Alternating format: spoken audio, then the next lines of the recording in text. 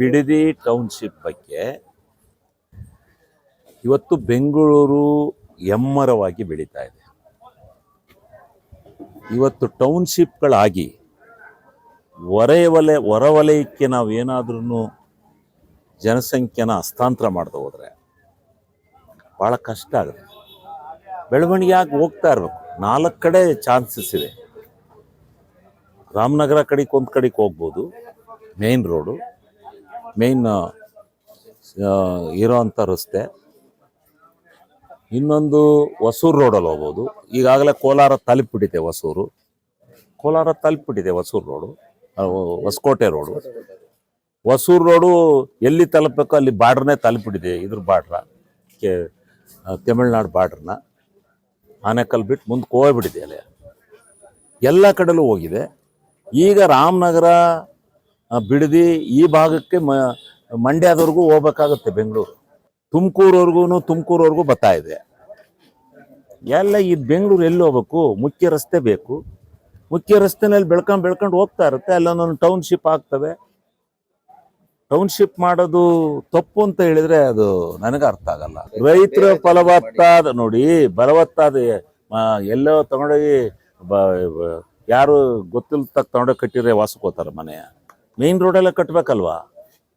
ಫಲವತ್ತಾದ ರೈತರ ಭೂಮಿನ ಯಾವತ್ತು ತಗೊಂಡಿಲ್ಲ ಅಕ್ವಿಷನ್ ಮಾಡಿ ಏರೋಡ್ರಮ್ ಬರೋದ, ಇಂಟರ್ನ್ಯಾಷನಲ್ ಏರೋಡ್ರಮ್ ಬರೋದ ಹೇಳಿ, ಇಂಟರ್ನ್ಯಾಷನಲ್ ಏರೋಡ್ರಮ್ ಬರೋದ.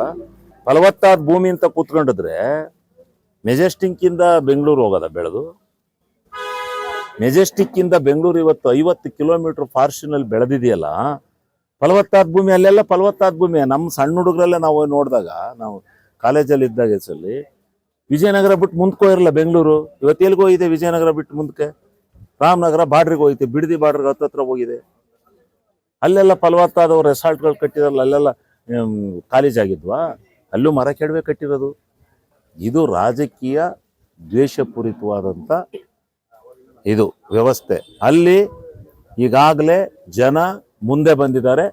ಈಗ ಗೊತ್ತಾಗುತ್ತೆ ಅವ್ರ ಜನ 2.25 ಎಕರೆ ಈಗ ಎಲ್ಲರಿಗೂ ಬೇರೆ ಬೇರೆ ಮಧ್ಯವರ್ತಿಗಳಿಗೆ ಮಾರಾಟ ಮಾಡಕ್ಕೆ ಬಿಡ್ಬೇಕಾ?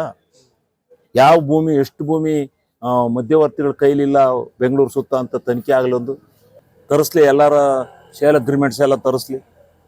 ಎಷ್ಟು ಜನ ಶೇಲ್ ಅಗ್ರಿಮೆಂಟ್ ಮಾಡಿಕೊಟ್ಟಾರೆ ರೈತರ ಹತ್ರ ಮಾಡಿಸ್ಕೊಂಡಾರೆ ಅಂತ. ಯಾರು ದುಡ್ಡುಳ್ಳವರು ಎಲ್ಲ ಬರೆಸ್ಕೊಂಡಿದ್ದಾರೆ. ಅದ್ರ ಬದಲು ಸರ್ಕಾರವೇ ಒಂದು ಮಾದರಿ ಆಗಿರ್ತಕ್ಕಂಥ ಟೌನ್ಶಿಪ್ಪನ್ನ ನಾವು ಬೆಳವಣಿಗೆ ಮಾಡ್ತೀವಿ ಅಂತಂದರೆ ಅದಕ್ಕೆ ಉತ್ತೇಜನ ಕೊಡ್ಬೇಕಲ್ಲ. ಅದಕ್ಕೆ ಸೂಕ್ತವಾದ ಪರಿಹಾರ ಕೇಳಿ. ಅದೇನು ಪೂರ ತಗೋತೀವಿ ಅಂತ ಹೇಳಿದಾರ, ನಿಮಗೂ ಅರ್ಧ ಭಾಗ ಬಿಟ್ಕೊಡ್ತೀವಿ ಅಂತ ಹೇಳಿದ್ದಾರೆ. 50-50 ಶೇರಿಂಗಲ್ಲಿ ಮಾಡೋಣ, ಡೆವಲಪ್ಮೆಂಟ್ ಮಾಡಿ ನಿಮಗೂ ಅರ್ಧ ಭಾಗ ಬಿಟ್ಕೊಡ್ತೀವಿ, ನೀವು ಅರ್ಧ ಅನುಭವಿಸಿ, ಬಂದ್ರ ದುಡ್ಡು ನೀವು ತಗೊಳ್ಳಿ, ನಾವು ಸರ್ಕಾರನೇ ಎಲ್ಲನೂ ತಗೋತೀವಿ ಅಂತ ಹೇಳಿಲ್ವಲ್ಲ.